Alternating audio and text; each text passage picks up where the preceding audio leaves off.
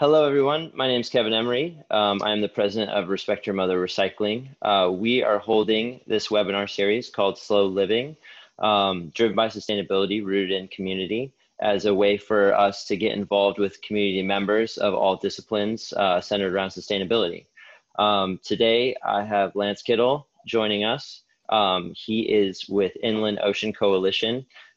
He is a water warrior of sorts, and he is here to talk about the Ambassadors Program and how people can get involved with waterways and referring to all sorts of situations that can enhance and promote sustainability with inland and ocean sources. So I will let Lance take it away, and you have the floor.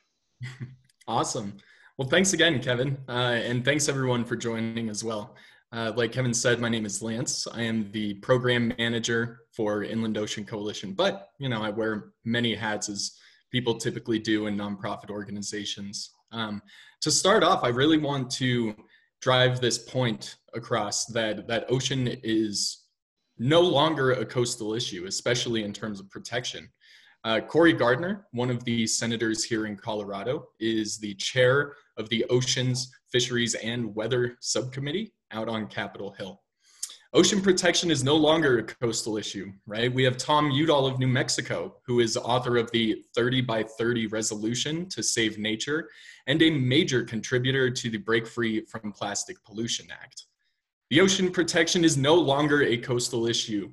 We have a brand new Moving Forward Act that was very recently introduced, which addresses almost every aspect of everyday life in correlation to a more sustainable future for American citizens.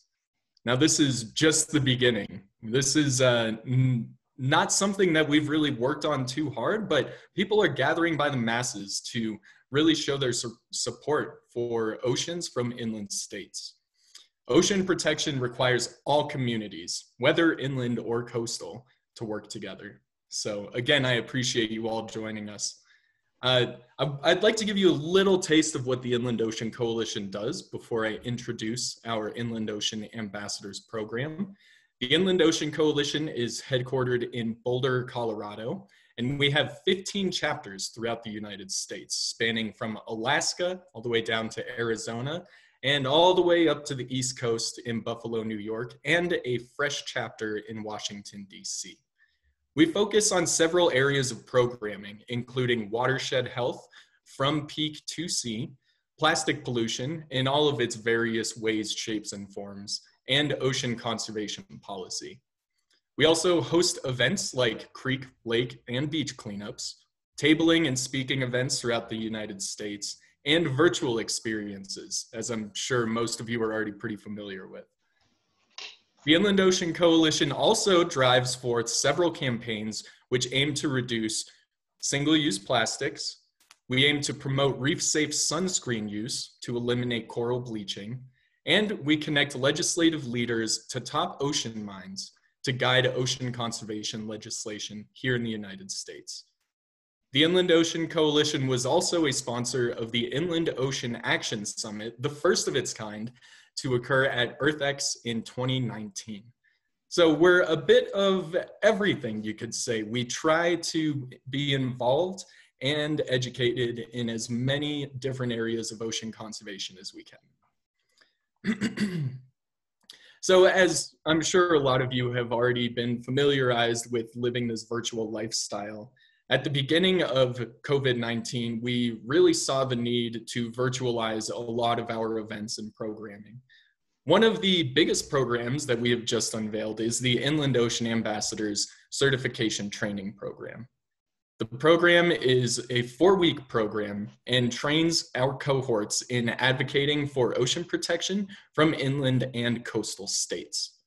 In the first week of the program, we give an introduction to the course, a broad overview of what we'll be covering in the next 4 weeks. We also dive into the power of storytelling and really try to enforce how we are hardwired to love the ocean. In the second week, we discuss marine protected areas and national marine monuments, and we feature guest speakers who are a part of our coalition to help address these topics. In the third week, we dive into the Break Free from Plastic Pollution Act and the lifestyle of breaking free from plastic. And we further demonstrate that by advocating as an inland ocean ambassador. This could cover anything from event planning to how to be an effective individual in a climate march. In the fourth week, we jump into Advocacy, which is one of our huge programs with IOC. We will train each cohort in preparing for legislative meetings and communication with their legislative leaders. After those 4 weeks is what we call the core sessions. We move beyond those sessions into our supplemental enrichment sessions that are exclusive to our inland ocean ambassadors.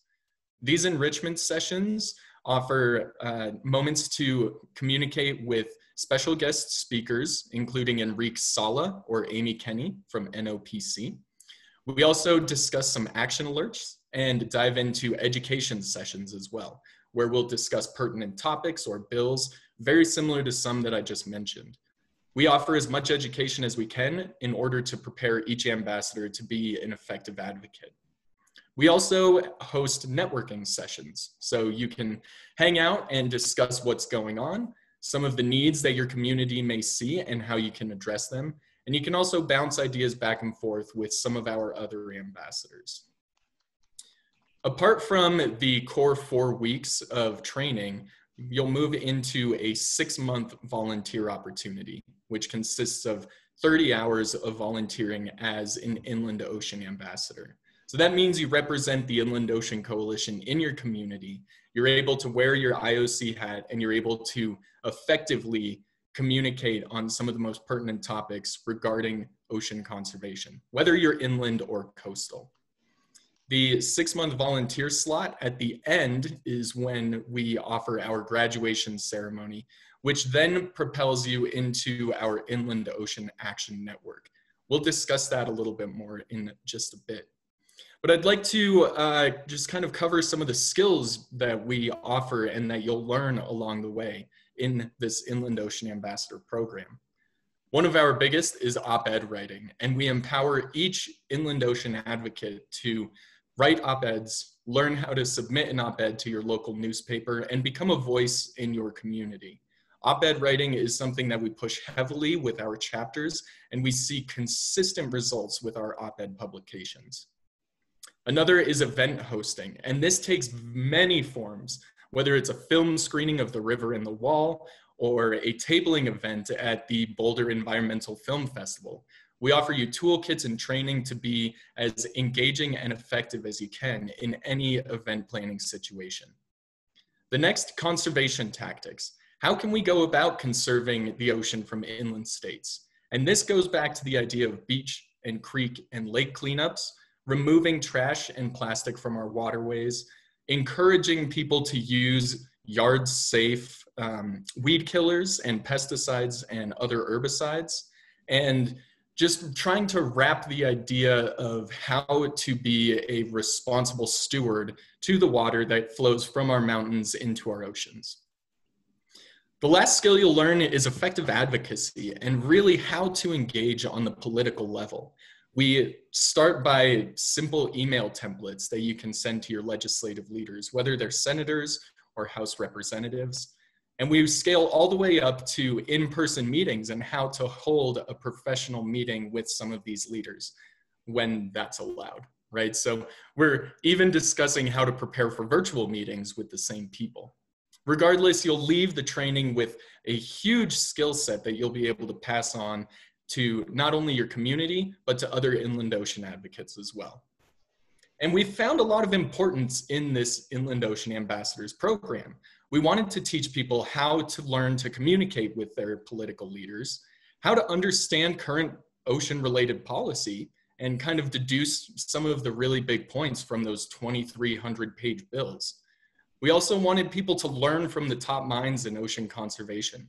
We're not just bringing people in from the street to speak on some of these issues. They are the top minds, the top researchers, the top scientists in every category that we're able to pull in. And last but not least, we really wanted to teach people how to be a trained Inland Ocean Coalition representative. The idea of advocating for the ocean from inland states is relatively new, and we wanted to be able to pass on as much knowledge as we could to those who are willing to engage with our mission and vision.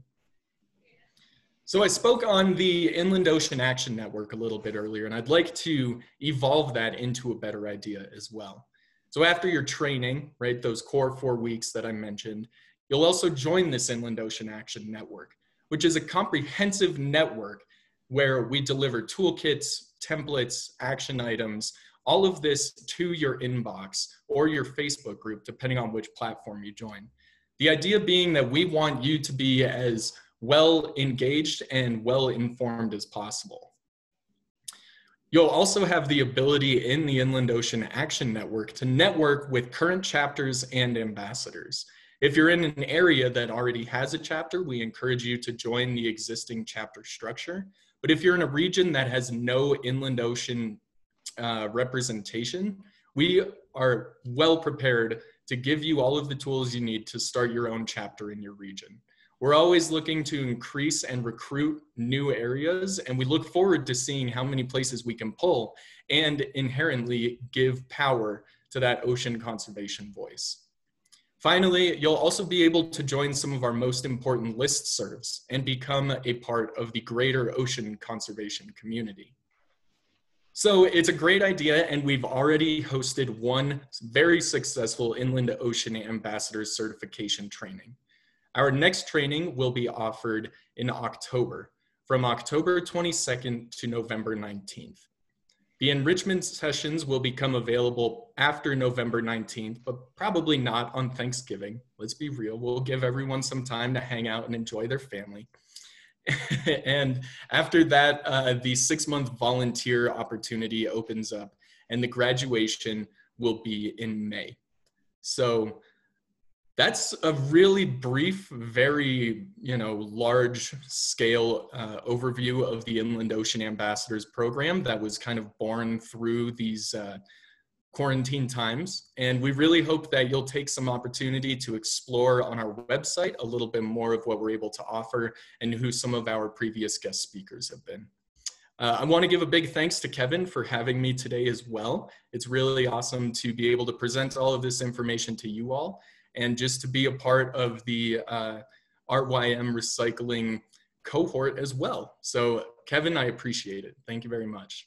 Absolutely, Lance. I really appreciate all that information and you digging a little bit deeper into that ambassadors program for the community to understand a little bit more about what you guys do. So for the second half of this webinar, we'll do a Q&A for Lance regarding any information, any questions that arose during his speech. So to start it off, I'd certainly like to ask you a question, Lance. What are some of the objectives of the Ocean Coalition Ambassadors Program specifically? Yeah, and well, it's a great question because the opportunities are almost endless, right? We really want to encourage people to express themselves in whatever way they feel most passionate about and most engaged with. So whether it be op-ed writing and trying to give a voice to your community, or if it's policy engagement. And we see this throughout our entire chapter network as well. We allow people to focus on the areas that are most pertinent to them, and in turn, we are able to provide the most results. Our Buffalo, New York chapter, for example, is very keen on hosting beach cleanups, and they're able to not only quantify how many volunteers join them in one of these beach cleanups, but they're also able to quantify the brands that they find, so a brand audit of the waste that comes off the beach, and totals of how much waste is removed from the beach. So we're really looking for that sweet balance between quantitative and qualitative results, but we're always more than happy to empower people to be the best inland ocean advocates they can be. Absolutely. Well, I appreciate that. That clarifies a lot of the question I had. We'll just open it up to the audience. I'll certainly start with asking if Cinta, do you have any questions for Lance at this time? Hey Lance, my name's Cinta. I'm on the board with Kevin at RYM. I have a question. If you want to be involved in like one of those beach cleanups or lake cleanups or something, can you do that without like necessarily going through the whole ambassador program? Yeah, absolutely. And thanks for your question, Cinta. We always post all of our events on each of our Facebook pages. We have the main Inland Ocean Coalition page, and we also have each of our chapters represented on Facebook as well.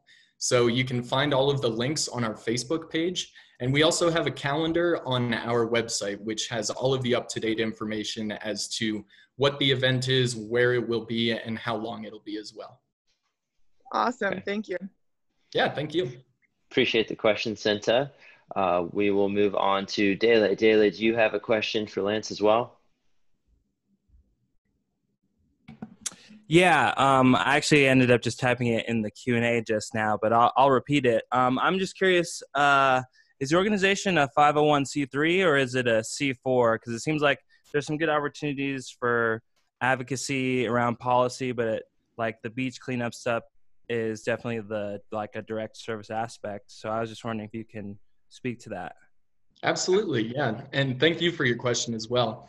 We are currently operating as a project of the Ocean Foundation, which is a 501c3, but we aim to become our own 501c3 in the future. We have a team or rather a committee that's kind of dedicated to solving some of those bigger questions at this point.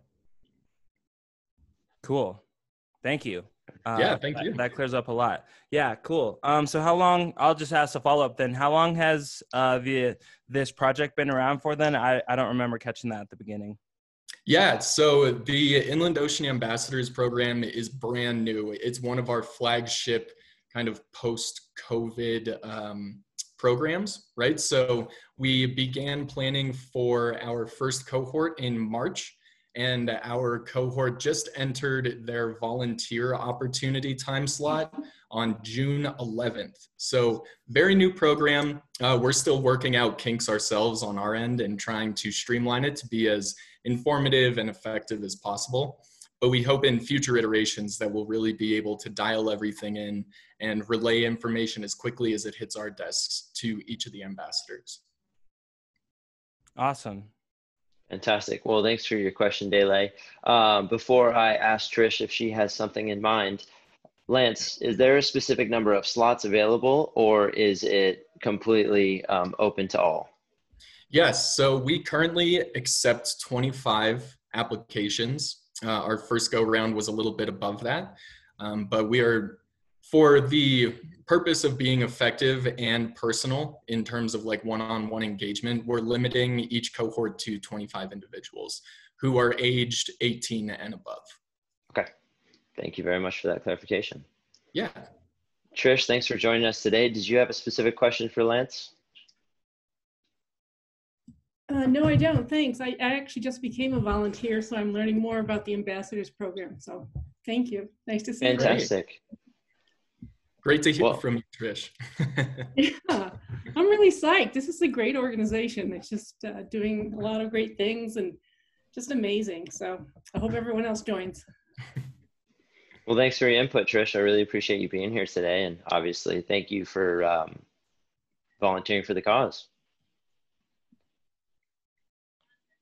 All right, moving on. Victoria, do you have anything specific, clarifying questions that you'd like to learn from Lance? Yeah, I put, One sec, it should, okay, she is unmute now. Okay.